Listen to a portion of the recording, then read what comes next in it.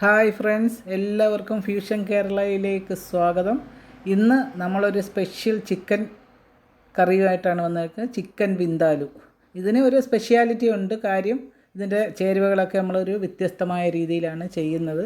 ടേസ്റ്റും അതുപോലെ തന്നെ എല്ലാവർക്കും ഇഷ്ടപ്പെടും. എല്ലാവരും ഒന്ന് ട്രൈ ചെയ്തൊക്കെ നോക്കണം. അതിനു മുമ്പ് ഈ വീഡിയോ ആദ്യമായിട്ടാണ് കാണുന്നവരെങ്കിൽ ഒന്ന് സബ്സ്ക്രൈബ് ചെയ്ത് ഷെയർ, ലൈക്ക്, കമൻറ്റ് ഇതെല്ലാം ഒന്ന് രേഖപ്പെടുത്തണം. ഇനി നമുക്ക് വീഡിയോയിലോട്ട് പോകാം. ചിക്കൻ വിന്താലുവിന് വേണ്ടുന്ന സാധനങ്ങൾ: 750 ഗ്രാം ചിക്കൻ എല്ലോട് കൂടി എടുത്തത്, 3 സവാള ചെറുത്,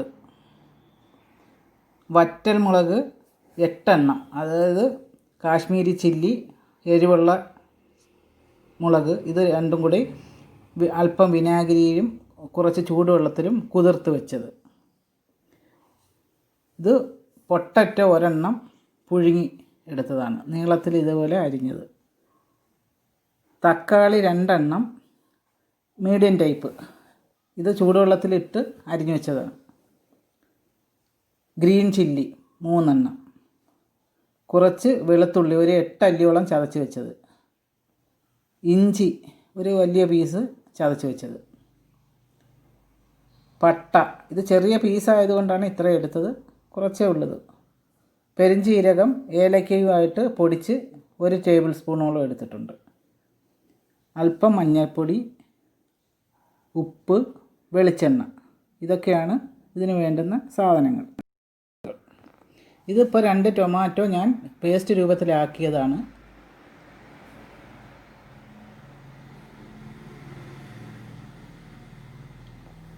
ഇത് വറ്റൽമുളകും ഈ സവാളയും ഇഞ്ചി, വെളുത്തുള്ളി ഇതെല്ലാം കൂടെ ഒരുമിച്ചിട്ട് ഒരു പേസ്റ്റ് രൂപത്തിൽ ഒന്ന് അരച്ചെടുക്കണം.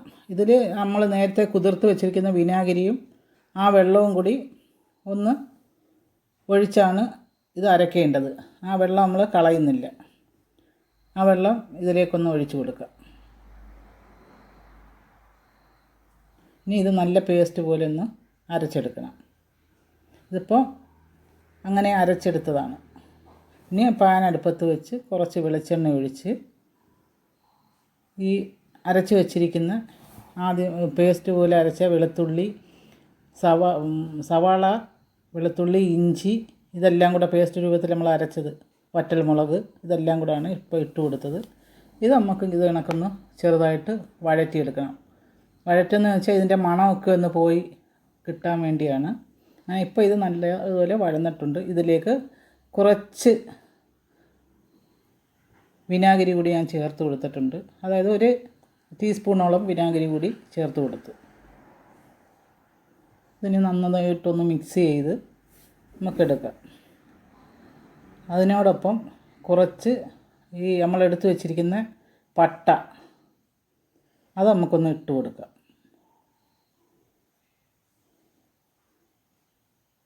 അതിനുശേഷം പെരിഞ്ചീരകപ്പൊടി നമ്മൾ ഏലക്ക ഇട്ട് പൊടിച്ച് 1 ടേബിൾ സ്പൂണോളം ഉണ്ട്, അതും കൂടി ഇട്ട് കൊടുത്തൊന്ന് മിക്സ് ചെയ്ത് ഒന്ന് വഴറ്റിയെടുക്കുക. ഇതൊക്കെ ഒരു മീഡിയം ഫ്ലെയിമിലാണ് ഞാൻ ഇട്ടേക്കുന്നത്. പിന്നെ അല്പം മഞ്ഞൾപ്പൊടി,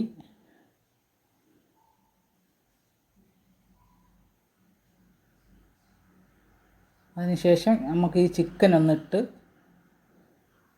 വഴറ്റിയെടുക്കണം. ചിക്കൻ ഈ പീസിലൊക്കെ ഉള്ളതാണ്. ഇത് നന്നായിട്ടൊന്ന് വഴറ്റിയെടുത്തതിന് ശേഷം നമുക്ക് ഈ ടൊമാറ്റോ അരച്ച് വെച്ചിരിക്കുന്ന അത് കൂടി ഒന്ന് ചേർത്ത് കൊടുക്കാം. ഈ ടൊമാറ്റോ കൂടി ചേർത്ത് ഒന്ന് മിക്സ് ചെയ്തെടുക്കണം. ഇനി നമുക്ക് ഉപ്പ് ചേർത്ത് കൊടുക്കണം. ഇതുവരെ ഞാൻ ഉപ്പ് ചേർത്തിട്ടില്ല. ഈ സമയത്താണ് നമുക്ക് ഉപ്പ് ചേർക്കേണ്ടത്. അങ്ങനെ കുറച്ച് ഉപ്പ് ഞാൻ ചേർത്ത് കൊടുത്തിട്ടുണ്ട്. അതുകൊണ്ട് ആവശ്യത്തിന് വേണ്ടുന്ന ഉപ്പ്, അതായത് നമ്മൾ എത്രത്തോളം നമുക്ക് അറിയാൻ പറ്റുമല്ലോ ഇത്രയും ചിക്കൻ എത്ര ഉപ്പ് വേണമെന്ന്. പിന്നെ ഈ പൊട്ടറ്റോ പുഴുങ്ങിയത് അതും കൂടി ചേർത്ത് ഒന്ന് മിക്സ് ചെയ്ത് കൊടുക്കാം.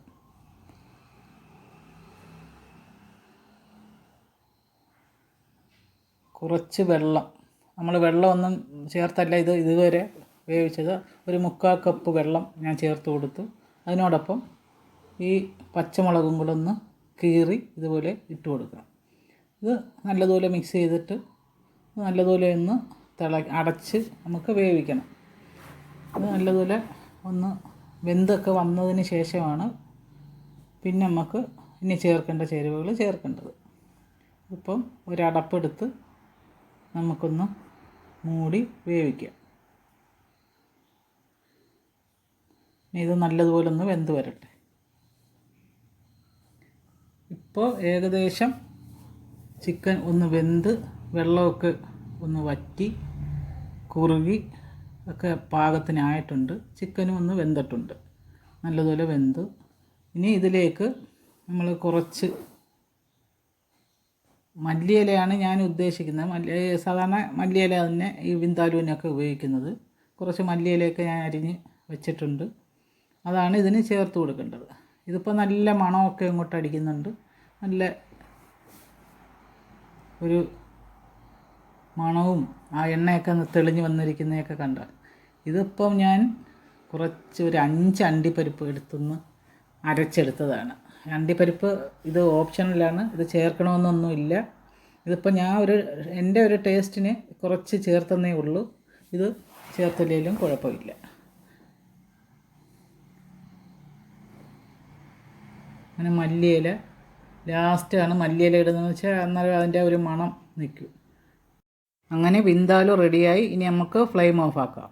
അപ്പോൾ ഇത് സെർവിങ് ബൗളിലോട്ട് മാറ്റിയിട്ടുണ്ട്.